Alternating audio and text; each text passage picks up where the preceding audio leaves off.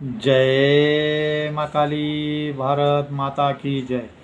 भारतवासियों, कल supreme court का एक बहुत शानदार फैसला आया है। 2019 में एक जनहित याचिका दायर की गई थी सुप्रीम कोर्ट में, जिसमें एक कंप्लेंट की गई थी कि सड़क के किनारे में मंदिर बना देते हैं, मस्जिद बना देते हैं, दरगाह बना देते हैं, तो उससे बहुत तकलीफ़ होती है, एक्सीडेंट होते हैं। तो सुप्रीम कोर्ट का कल फैसला आया है, शानदार जानदार फैसला,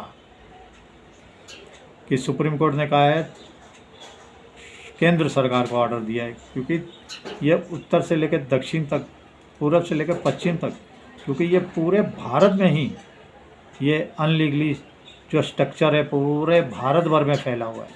इसलिए सेंटर को खास करके कहा गया है कि इसके अंदर 3 महीने के अंदर अंदर कार्रवाई कीजिए, और जितने भी दुकान मकान, गुरुद्वारा, मंदिर, मस्जिद, दरगाह, सबको तहस नहस कर दीजिए, चिथड़े चिथड़े कर दीजिए। है ना खुशखबरी? ये आपके एक वोट की कीमत है भारतवासियों, एक वोट की कीमत। सुप्रीम कोर्ट कोई बहुत बड़ी तोप नहीं है, अभी तो इनका इलाज शुरू हुआ है, देखिए अभी आगे आगे। और इसी के साथ सुप्रीम कोर्ट ने कहा है कि अगर प्रशासन पूरा, पहली बात तो सारा हटाए, सारा देखे और स्पेशल राउंड अप करे कहाँ कहाँ क्या है।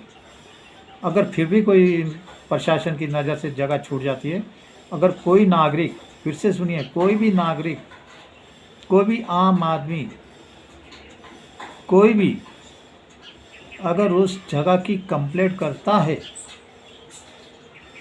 तो उस पर फ़ौरन एक्शन लेना पड़ेगा।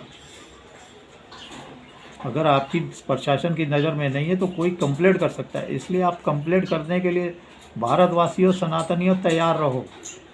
अगर आपके आसपास कुछ भी गलत नज़र आती है, समझे ना, तो उसकी कंप्लेंट करने के लिए हमेशा तैयार हो। सुप्रीम कोर्ट ने कहा है 3 महीने के अंदर इस पर कार्रवाई करी जाए, केंद्र को इसके ऊपर एक्शन लेने की तैयारी की जाए।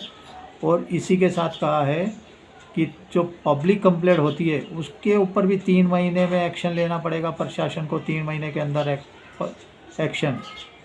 और यही नहीं कि एक्शन ही लेना पड़ेगा, उसके बाद प्रशासन ने क्या किया, उस जगह को तोड़ा है कि नहीं तोड़ा है, उसकी क्या प्रोग्रेस हुई है, उसकी क्या प्रगति हुई है, वो चीज़ को वैसे ही छोड़ा के हटाया है।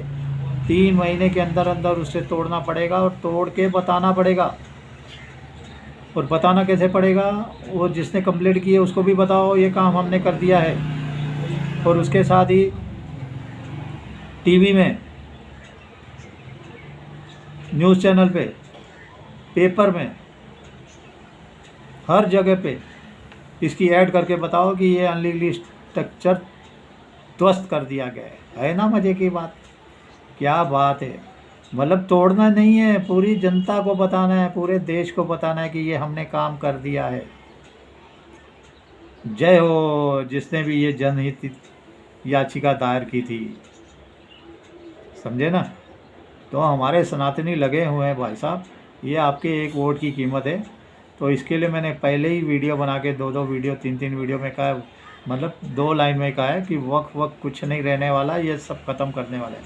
अब आते हैं वक्त के ऊपर हमारे तुषार मेहता जी कह रहे हैं कि हमने 1923 में जो गंदे काम इन्होंने किए थे, ढंग से नहीं किए, वो गंदगी हम हटा रहे हैं, गंदगी हटा रहे हैं। ये जो वक्फ है, ये इस्लाम का कोई ज़रूरी पार्ट नहीं है, ये कोई ज़रूरी हिस्सा नहीं है। ये वक्फ ये दान वान, ये बहुत सही बात है। अब मेरे पास पैसा ही नहीं है दान करने के लिए, तो मैं कहाँ से करूँगा? तो इसके लिए मैं तो कहता हूँ, ये जितने मुल्ला मौलवी बैठे हैं, जितने जिहादी बैठे हैं, ये मतलब बेअक्ल, बेसिर पैर के, ये जितने कठमुल्ला बैठे हैं, इनको इतनी शर्म नहीं आती। 25 करोड़ है, अपने 4 वकील भी नहीं खड़े कर सकते। ये जब देखो हिंदुओं के पैरों में ही चाटेंगे, हिंदुओं के पैरों में ही करेंगे।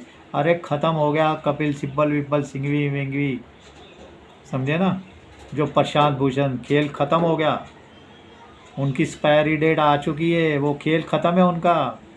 अरे जो करोड़ों रुपए उनको देने के लिए लगाते हो फीसें, वही किसी अपने समाज की बेटी की शादी करो, उसका घर बसाओ, किसी बच्चे की पढ़ाइयाँ करो, करोड़ों रुपए सुप्रीम कोर्ट में डालते रहते हो। दलाल कट मुल्ला हो, मुल्ला मौलाना हो।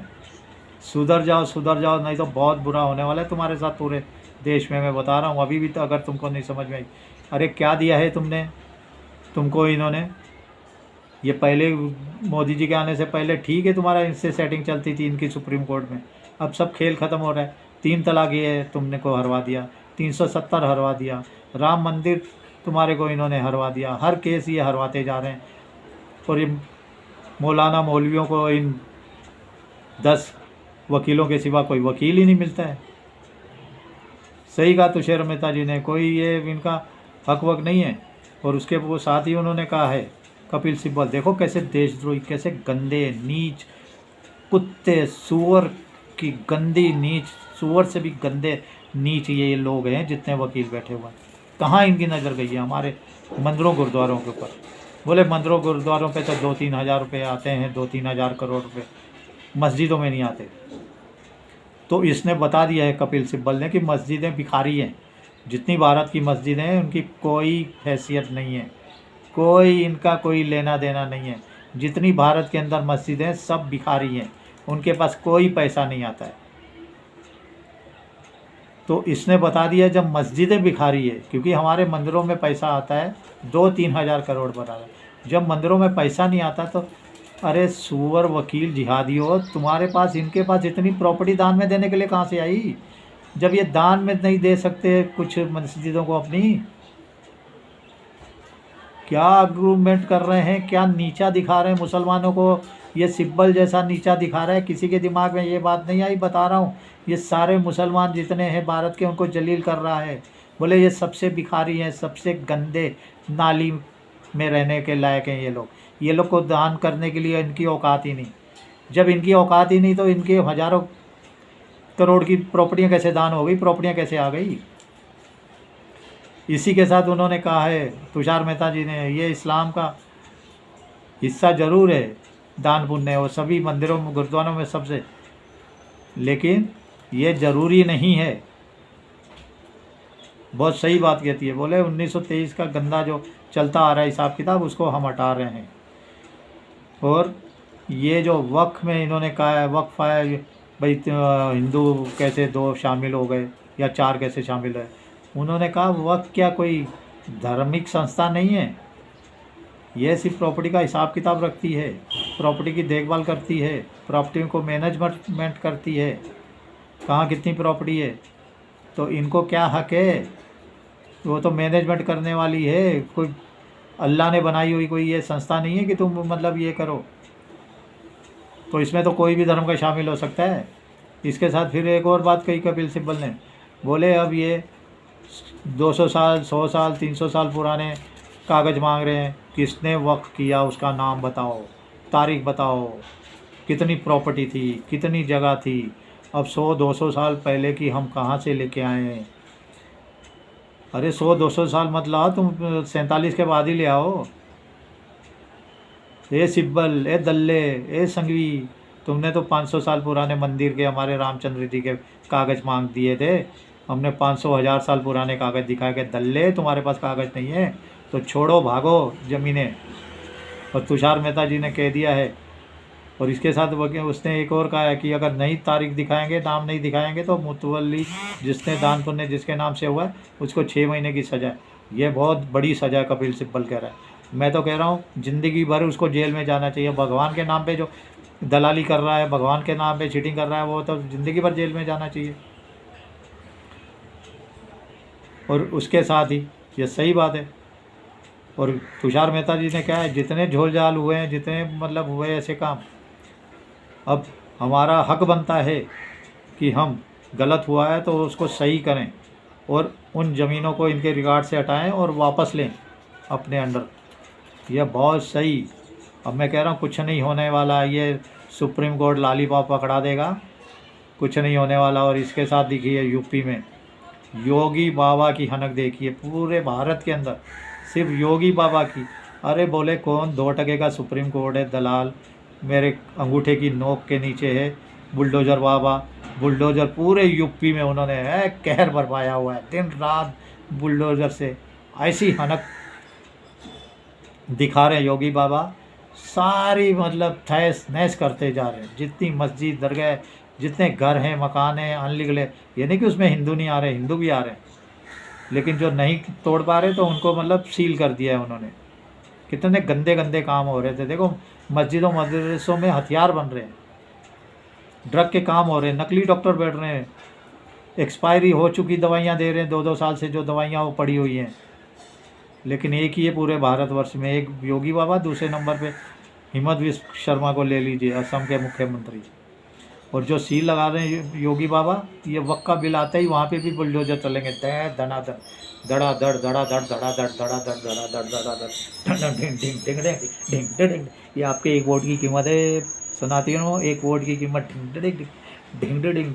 इसलिए आपकी सोचिए, आपके बच्चों का भविष्य सोचिए, सबसे बड़ी बात है देश के लिए सोचिए। देखिए 4 दिनों में पाकिस्तान का क्या हाल हुआ, अब बांग्लादेश का भी होने वाला है, पीओके वापस आने वाला है, बांग्लादेश का बेड़ा गर्क, तुर्की का हम सत्यानाश करेंगे, चीन का तो बेड़ा गर्क करके रखेंगे। चीन की लड़ने की कोई औकात नहीं, चीन 10 जन्म में नहीं, पैसा है हमारे से 8 गुना, चीन बिल्कुल नहीं लड़ सकता भारतवासियों हमारे से। ये आपके एक वोट की कीमत है, धना धन धन। और दलाल राहुल गांधी को देखो, राहुल गांधी को, इसके मुंह पे तो क्या बोलूँ अभी, इसके मुंह पे तो थूकने को भी मतलब हमारा थूक ही गंदी होएगी, समझे ना। ये दलाल, इसने कैसे कैसे एग्रीमेंट कर रहे हैं, आप देख रहे हो न्यूज़ चैनलों पे, कैसे कैसे पाकिस्तान से किए, कैसे चीन से किए, कैसे कैसे तुर्की से किए, कैसे कैसे एग्रीमेंट सामने आ रहे हैं। बताओ, ये दलाल ने एग्रीमेंट इतना बड़ा कर लिया था कि पाकिस्तान को हम पूरी आर्मी की अपनी सिचुएशन बताएंगे, आर्मी हमारी कहाँ पे, हमारे कितने प्लेन हैं, हम कब किधर बैठे हैं, हमारी नेवी कहाँ बैठी है, हमारी आर्मी हमारी एयरफोर्स कहाँ बैठी है, हमारे पास कितने जहाज है, हम तुमको सबसे पहले बताएंगे। क्या क्या गंदे एग्रीमेंट किए हुए हैं दलाल ने, कांग्रेस ने, मतलब एक एक पूरी आर्मी की हम उसको बताएंगे। शायद उसी वजह से जयशंकर जी ने बताया, हमने हमला कर दिया, बता दिया। ये है आपके एक वोट की कीमत है सनातनियों। भारत की बल्ले बल्ले जय जयकार, भारत बहुत आगे बढ़ने वाला है। हमको लड़ाई झगड़ा नहीं चाहिए, हमने लड़ाई झगड़ा नहीं करना, जो सबक सिखाना था हमने बस देश को अपने बच्चों के लिए, भविष्य के लिए बहुत आगे लेके जाना है। 2047 तक एक विकसित राष्ट्र बनाने के तरफ जो मोदी जी चले हैं, हमने वही काम करना है। तो साथ में बच्चों के डांस वांस सब हमने करने हैं। चलिए, भारत माता की जय, जय श्री राम, जय श्री हनुमान, वंदे मातरम, जय हिंद।